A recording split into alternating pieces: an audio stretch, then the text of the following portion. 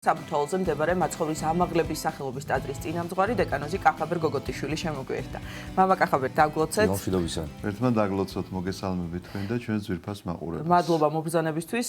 ამ წელს პირველად ბრძანდებით და ამიტომ გილოცავთ გამილ დღესასწაულებს, ბედნიერ წელს გისურვებთ. რაც შეეხება ჩვენი დღევანდელი გადაცემის საუბრის თემას, ჩვენ საუბრობთ მომავალზე შიშსა და ფიქრზე. და ხდება ხოლმე ისე, რომ ადამიანებს ზოგჯერ აწყო იმდენად თქვათ შეიძლება არ აღელვებდეთ, როგორც მომავალზე ფიქრი და რაღაც წარმოდგენები მომავალთან დაკავშირებით. ამ საკითხზე გვახსენდება ალბათ სახარებისეული ეპიზოდები და მათ შორის ერთ-ერთი, როდესაც კაცი მოიწევს დიდ მოსავალს, ფიქრობს როგორ დააბინაოს, სად დააბინაოს და ამ დროს უფალი იმ ღამით ეუბნება, რომ ამ ღამით გაგიყვან შენ უგუნურო და ესე იგი ჩვენ ხშირად ფიქრობთ მომავალზე, მაგრამ არ ვიცით ხვალინდელი დღე დადგება, არ დადგება, როგორი იქნება ეს ხვალინდელი დღე. ამიტომ ალბათ ძალიან მნიშვნელოვანია თუ როგორი უნდა იყოს ქრისტიანის სწორი მიმართება ხვალინდელ დღესთან დაკავშირებით. უპირველეს ყოვლისა მეც მადლობას გადაგიხდით მოწვევისთვის. კიდევ ერთხელ მივესალმები ჩვენს ძვირფას მაყურებელს და მიულოცავ დღესასწაულებს. და გეტყვით ასეთ რამეს ამ შიშთან დაკავშირებით, რომელიც გააჩნია ადამიანს მომავალთან დაკავშირებით იქნება თუ ზოგადად შეიძლება რაღაცა შიშები ისეთი არსებობდეს. აი ფსალმუნის სიტყვები მახსენდება, ეს არის 52 ფსალმუნი, სადაც წერია მუნ შეეშინა შიში, სადარა იყო შიში. ანუ ისეთ ადგილას ეშინია და ისეთი რამის ეშინია, რის არ უნდა ეშინოდეს, რაც ძირითადად ურწმუნოების შედეგია მინდა გითხრათ, იმიტომ რომ ეს ფსალმუნის მე აღარ მახსოვს მართალი გითხრათ რომელი მუხლია, მაგრამ დასაწყისი ამ ფსალმუნისა მახსოვს ზუსტად როგორ იწყება, რომ თქვა უგუნურმა გულსაშინა თვისა არ არის ღმერთი. ანუ როგორც კი ამ მსგავსი მოსაზრება შეიძლება ასე კი არ უმსჯელია თავის თავთან რომ ღმერთი არ შეიძლება იმსჯელა კიდეც და რაღაცა თავისი ლოგიკური დასკვნები გამოიტანა რომ ღმერთი არ არსებობს და აქედან გამომდინარე ვთქვათ მე რაღაცა ცხოვრების წესი შეიცვალა მისი და ზნეობრივად ვთქვათ უკან წავიდა მისი ცხოვრება, მაგრამ ეს რომ მუნ შეეშინა, ანუ იქ შეეშინდა, სადაც არ უნდა შეშინებოდა, ეს გახლავთ სწორედ ამ ურწმუნოების შედეგი, რომ ადამიანი ღვთისმედად არ არის. აი თქვენგან მოხმობილი იგავიც სწორედ ამაზე მეტყველებს, მეტი კი არაფერზე, რომ ამ კაცმა ძალიან დიდი მოსავალი მიიღო და იწყებს ახლა ფიქრს იმის შესახებ, რომ აი ახლა უნდა დაანგრიოს ძველი სათავსოები, ააშენოს უნდა ახალი სათავსოები. მინდა გითხრათ, რომ ამაში ცუდი არაფერი არ არის. უნდა დაანგრიოს ნამდვილად და ახალი, იმიტომ რომ მოსავალი უნდა დააბინაოს ნამდვილად, მაგრამ უბედურება არის ის, რასაც იტყვის ამის შემდგომ, როდესაც დააბინავებს მოსავალს, რომ აი ახლა შენ იმხელა მოსავალი გაქვს, სულო ჩემო, ჭამე სვი და იხარე. ხო, აი ჭამე სვი და იხარე, თუ ეს არის მთელი სხვა ადამიანის ცხოვრება, რა თქმა უნდა, მე შიში ეწყება უკვე და ეს შიში შეიძლება იყოს რა იცით რომ ვაიმე ეს მოსავალი რომ გაუფუჭდეს, ან ვინმე რომ მოპაროს, ან რაღაცა რომ დაკარგოს უბედური შემთხვევის გამო და ესე იგი მთავარი რომ დაკარგოს საღვთო მადლი, ამისი კი აღარ ეშინია, ეშინია მოსავალი. გონია რომ ეს მოსავალი აცხოვრებს, როგორი დიდი მოსავალიც არ უნდა მიიღო, როგორი ბევრი ფულიც არ უნდა იშოვო, მოკლედ თანამედროვე ცხოვრებაში შეიძლება ასე ითქვას, ან როგორ დიდ თანამდებობასაც არ უნდა მიაღწიოთ. ვინმე თუ გინახავთ რომ დარჩენილი იყოს ამ ქვეყნად, ან იქ წაიღოს ეს ყველაფერი, ის თუ გინახავთ. აქედან გამომდინარე პირდაპირ ასე მიმართავს ღმერთი ამ ადამიანს, რომ უგუნურო ამეღამ მიგიღებენ ამ სულს, ანუ ამოგართმევ ამეღამ ამ სულს და ეს ყველაფერი ვისთვისაც მომზადე ვის დარჩება. ამიტომაც შიში, როდესაც ჩვენ ამ შიშზე ვლაპარაკობთ და ეს შიში შეიძლება იყოს რომ ადამიანის გეშინია, მაგრამ ღმერთის არ გეშინია, კვლავ სახარებისეულ ციტატას დავიმოწმებ, რომ მისი ნუკი გეშინიათ, ვისაც თქვენი ხორცის მოწყვეტა შეუძლიაო. არამედ იმის გეშინოდეს, ვისაც თქვენი სული ჩაგდება შეუძლია ჯოჯოხეთში. ანუ უნდა გეშინოდეს სულს რა მოუვა და არა ის ხორცს რა მოუვა, იმიტომ რომ ეშინია ადამიანს ციხეში ჩაჯდომის და არ ეშინია საუკუნო ბორკილების, რომელიც შეიძლება ჯოჯოხეთში დაედოს. ეშინია ადამიანს, თქვათ, აქ რაღაცა შეურაცხყოფის და არ ეშინია სამუდამო შეურაცხყოფის, როდესაც გაცხადდება ყველა მისი საქციელი მეორედ მოსვლის დროს და აბსოლუტურად ყველა მისი გულის ზრახვაც კი, რომელსაც არ ინანიებს და იმედის თვალით არ უყურებს ღმერთს, რომ ეს შენდობილი იქნება. თუ კი ამას ესე იგი მოინანიებს და ცხოვრების წესს შეიცვლის და ახალი გონება დაიბადება მასში, როგორც პავლე მოციქული წერს რომაელთა მიმართ ეპისტოლეში, ეს გახლავთ მე-12 თავისადაც წერს, რომ ახალი ადამიანი როგორ უნდა დაიბადოს, რომ გონება როგორ უნდა შეიცვალოს ადამიანმა და მისი ფიქრი და მისი მიმართულება აქეთკენ უნდა იყოს. იმიტომ რომ ეს შიში გარკვეულწილად რომ ჩვენ რაღაცა მომავალი შეიძლება გვაშინებდეს, კიდევ ერთხელ გავიმეორებთ, არის ჩვენი გონების ფიქრის შედეგი, რომ რაღაცნაირად ან უიმედობაში ვარდები, ან მომავალი რო არიცი, გონია რომ ეს უფრო საშიშია და მე გეტყვით რომ მომავლის ცოდნა უფრო დამღლელი და საშიში შეიძლება იყოს ადამიანისთვის, ვიდრე მომავლის უცოდინარობა. ამიტომაც ეს ყოველი დღე მადლიერებით უნდა მიიღოს ადამიანმა და უნდა ისწავლოს აწმყოთი ცხოვრება, რას გულისხმობ ამას ახლავე მოგახსენებთ, თლად პირდაპირ გაგებით არ უნდა გავიგოთ, იმიტომ რომ ჩვენ მუდმივი აწმყოსთვის ვემზადებით, რაც არის ცათა სასופველი, დროის მდინარება იქ აღარ იქნება, ეს იქნება მუდმივი აწმყო. რა თქმა უნდა, ამ ცხოვრებაში ჩვენ ამას ვერ შევაჩერებთ დროის მდინარებას, მაგრამ ამ აწმყოსკენ უნდა გქონდეს თვალი მიპყრობილი და აქეთკენ უნდა იყოს ჩვენი სამზადისი ამ მუდმივი აწმყოსკენ და არა რაღაცა ამ ქვეყნიურისკენ რომ განაგამორიცხავს ამ ქვეყნიურზე ზრუნვას. მიჯაჭულობა არის პრობლემა, ხო, მატერიალურზე. რომ თუ მიიღო დიდი მოსავალი, ბუნებრივია, უნდა დააბინაოს, წყალს კი არ უნდა გაატანოს ადამიანმა, მაგრამ აი ეს ფიქრი რომ ჭამეს ვიდა იხარე, ეს არის სწორედ დანაშაული, რომ გგონია რომ ეს არის წყარო შენი სიცოცხლისა და გავიწყდება ნამდვილი წყარო, სიცოცხლის მომცემელი, ვინც შთაგბერა სიცოცხლის სუნთქვა გავიწყდება რომ მას ეკუთვნი და მისი საკუთრება ხარ შეიძლება პირდაპირ მნიშვნელობად ასე ითქვა და შენ ყველაფერს მიაკუთვნებ შენ თავს. ყველაფერს მოედები გარდა იმისა, რაც არის ნამდვილი წყარო სიცოცხლისა. მამაკახაბერ, აი როგორ შეიძლება, რა არის კონკრეტული ნაბიჯები ამ ყველაფრისთვის საჭირო, აი ამ კუთხით რომ იფიქროს ადამიანმა, რასაც ახლა თქვენ ხსნით.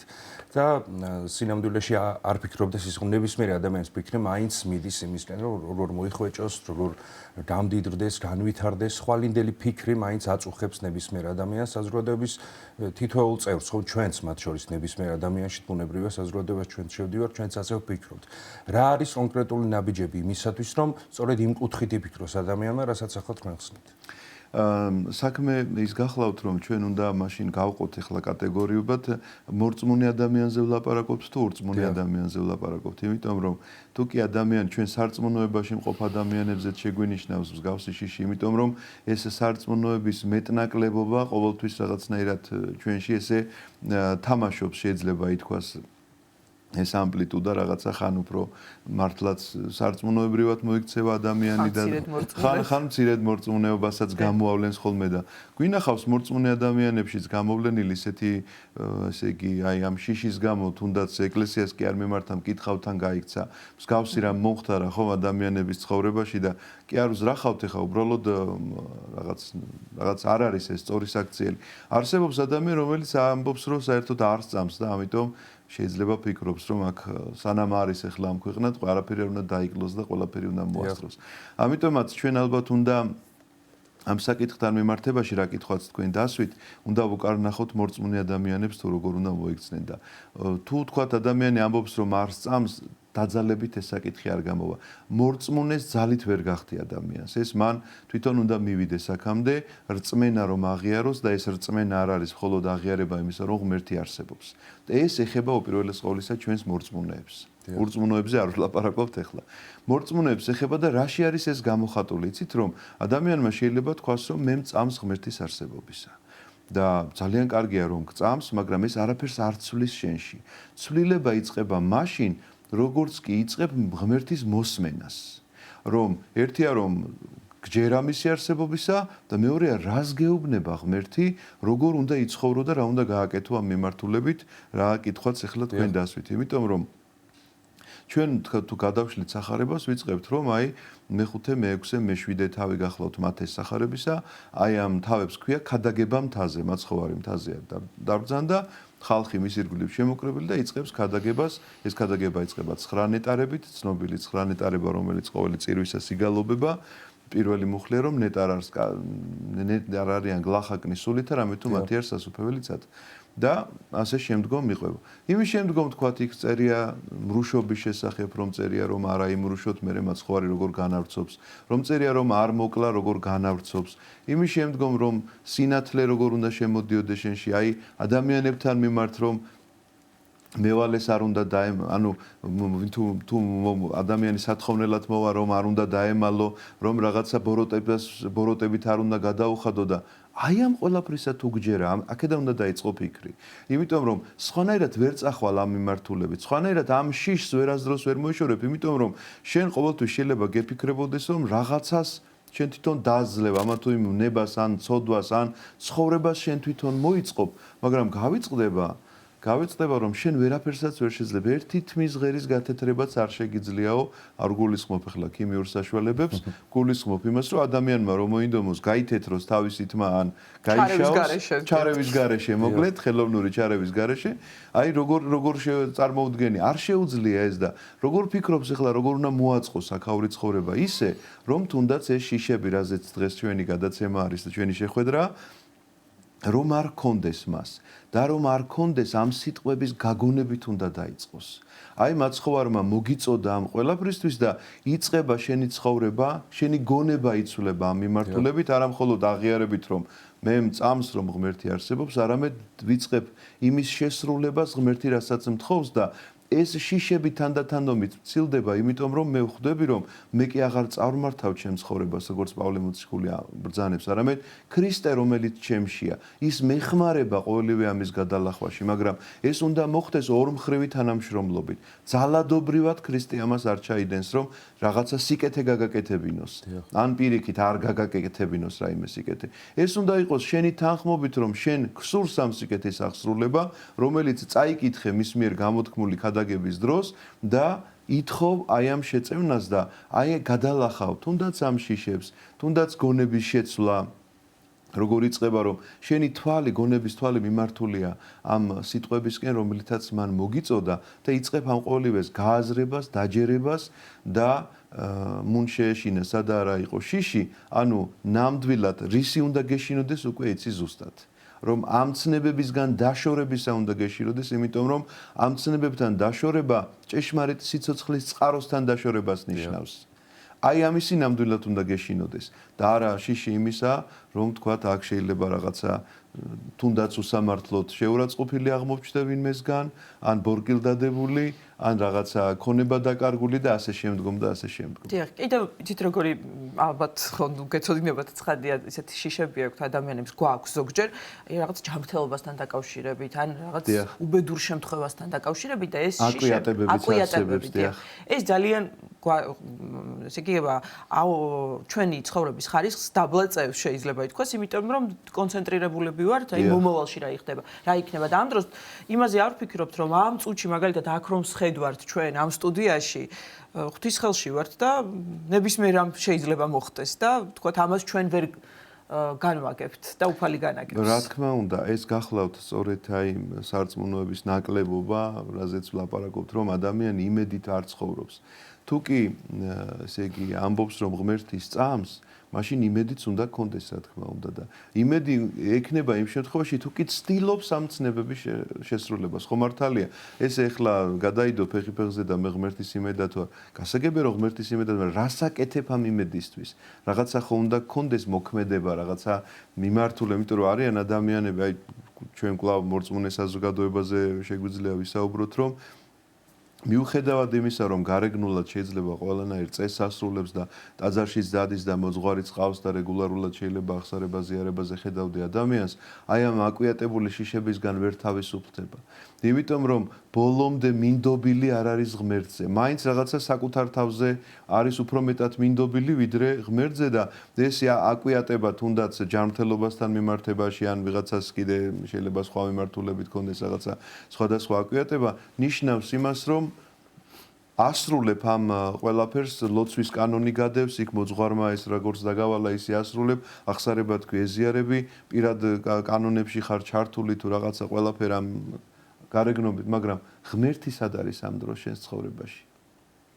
აი ეს კითხვა უნდა დასვას ადამიანმა თავის თავს დაუსვას, იმიტომ რომ მხოლოდ თქმა იმისა, რომ მე მორჩილებით ვიღებ ეკლესიაში, რასაც მეუბნებიან და მე თქვათ რაღაცა ესე მორჩილება სიტყვებს ესე გამოიყენებენ ხოლმე და სულიერი მამა და სულიერი მოძღვარი. გავიგეთ ეს ყველაფერი კარგია, მაგრამ ღმერთი სად არის შენ ცხოვრებაში? აი ეს კითხვა უნდა დაუსვა საკუთარ თავს.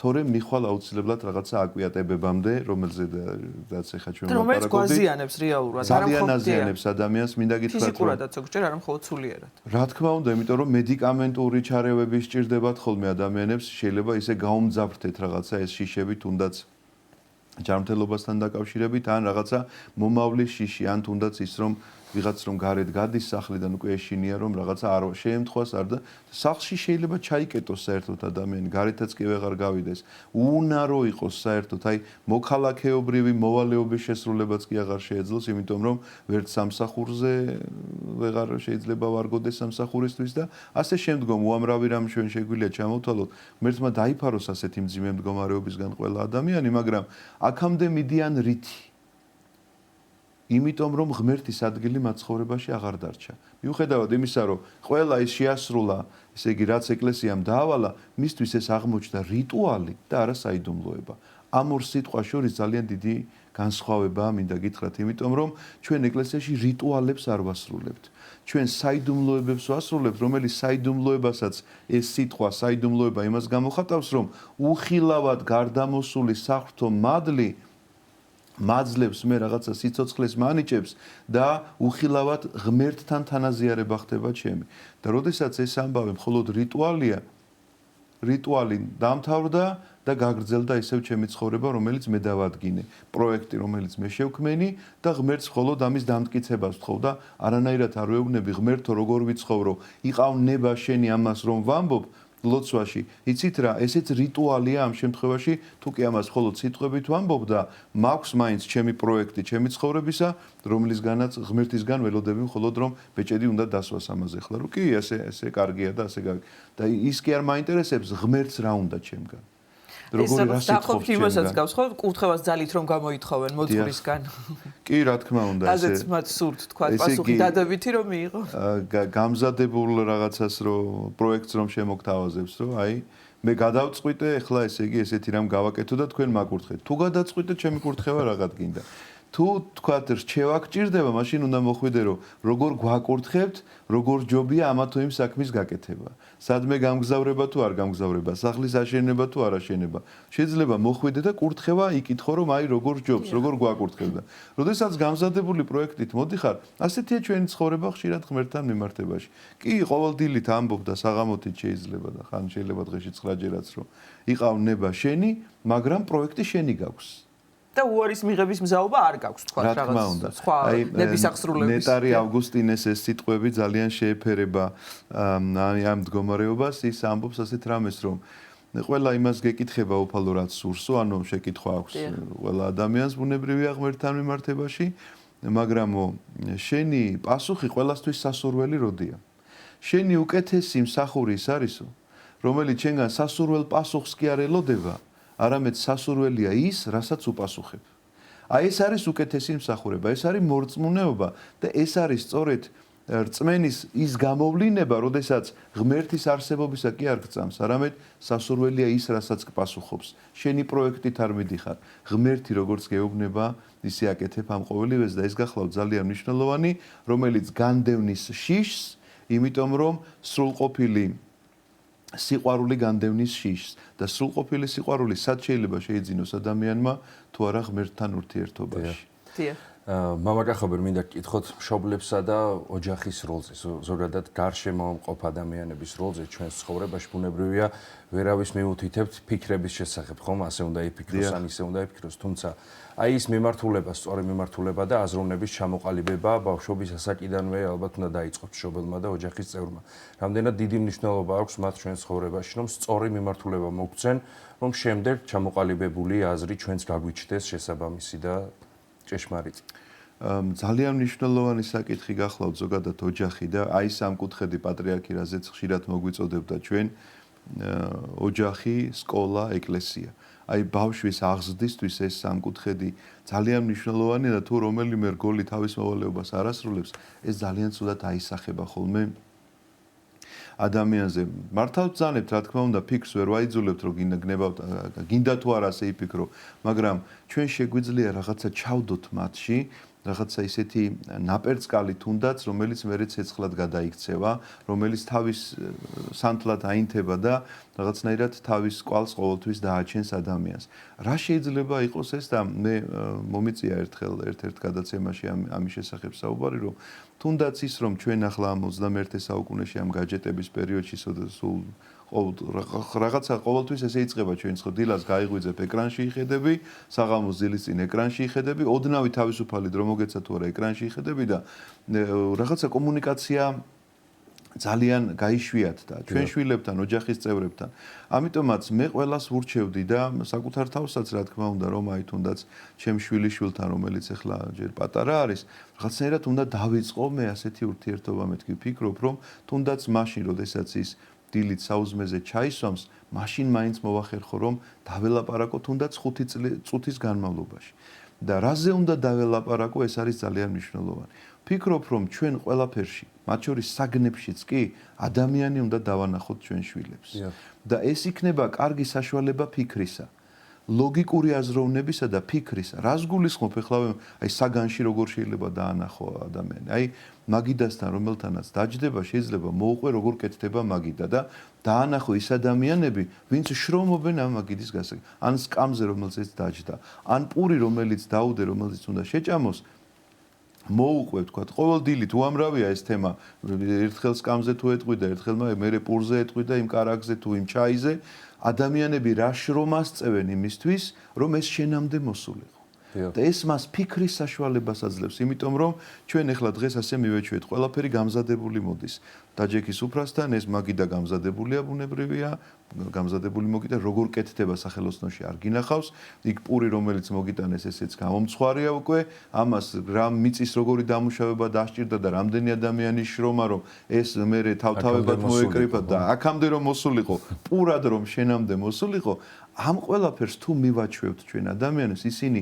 იწყებენ სწორად ფიქრს ისინი იწყებენ გაფრთხილებას ამ ნივთებისას იმიტომ რომ ხედავენ ადამიანურ შრომას რომელიც ამაშია ჩადებული და იწყებენ რა თქმა უნდა ადამიანის დაფასებას ამ ნივთებიდან გამომდინარეც კი შესაბამისად სწორედ ეს ფიქრები აღძრავს ადამიანს უკეთესობისკენ და უწინამძღვრებს ღმერთთან მიმართებაშიც და ძალიან ბევრ ამაში დაეხმარება იმიტომ რომ იმ ხორბლის ჩათესვის ამბავსაც რომ მოუყვები აუცილებლად ისიც უნდა უთხრა რომ თუ თესლი არ მოკვდა მკვდარი თუ არ დათესე ცოცხალი რო დათესო არ დალპება მკვდარი თესლიდან ამოდის ცოცხალი ღერო და არის სიცოცხლის მომნიჭებელი არსება რომელზედაც უნდა იფიქრო იმიტომ რომ ამ მკვდარ თელს ვინაც ცოცხლებს ან ადამიანს რომელსაც ჩაისახება დედის წიაღში ვინ ანიჭებს სიცოცხლის სულს უფალი რა თქმა უნდა რა თქმა უნდა მამა კახაბერ აი სიტყვები რომ აი ნუზრუნავთ ხვალინდელი დღისთვის და ველის შროშანები ხომ არ ზრუნავენ საკუთარ სამოსელზე. ანუ როგორ უნდა გავიგოთ, სწორი გაგება როგორი არის ამ სიტყვების, გარკვეულწილად თქვათ პრაგმატიზმი, რაციონალიზმი ყოველდღიურ ცხოვრებაში ალბათ არის ხო საჭირო? რა თქმა უნდა. სანამ ცოცხლები ვართ და არანაირად არ იგულისხმება ამ სიტყვებში ხვალინდელი დღის ზრუნვაში არ იგულისხმება ის რომ თქვათ სახლი არ კონდეს, კარი არ კონდეს, ოჯახზე არ ზრუნავდე, შვილების აღზრდაზე არ ზრუნავდე და მათ გამოკვებაზე არ ზრუნავდე, ეს პირიქით ვინც თავის ახლობლებზე არ ზრუნავს, ეს წმინდა წერილში გვიწერია ჩვენ ის ესე იგი მტერზე უარესი არის ესეთი ადამიანი. ამიტომაც ეს ამას არ ნიშნავს. უბრალოდ აი ჩვენ რაღაც თითქოს ვახსენეთ, მაგრამ კიდევ ერთხელ გავიმეორებ.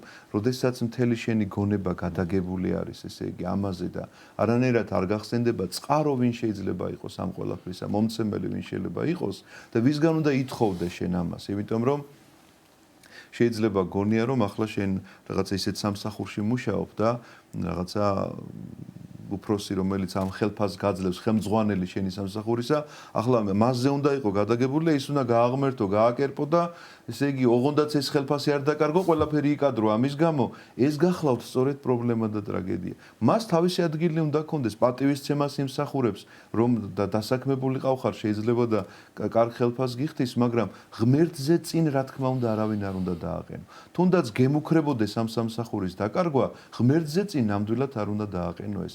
ამიტომაც ხვალინდელ დღეზე ზრუნვაში იგულისხმება მხოლოდ და მხოლოდ ის ადამიანი, როდესაც მხოლოდ ამ ფიქრებშია მეტი თავში არაფერი არ მოსდის, რომ აი ხვალ რა ჭამოს, ზეგ რა ჭამოს და მისი კერპი არის, ესე იგი, ფინანსები და კეთილდღეობა. ან ფინანსები ხო, ან რაღაცა მსგავსი რამ და ღმერთის ადგილი აღარ დარჩეს მასში. აი ეს გახლავთ სწორედ ადამიანის ტრაგედია, ეს გახლავთ სწორედ ამის შემდგომ იწყება ის შიშებიც, ის აკვიატებებიც და გადახვევა იმ სამეუფეო გზიდან, რომელიც გზასაც არ უნდა ასწდეს არც ერთი კეთილმორწმუნე ადამიანი. ძალიან დიდი მადლობა საინტერესო საუბრისთვის. მადლობა თქვენ მოწვევისთვის. საბურთალოზე მდებარე მაცხოვრის ამაღლების სახელობის ტაძრის წინამძღვარი დეკანოზი კახაბერ გოგოტიშვილი იყო ჩვენი სტუმარი.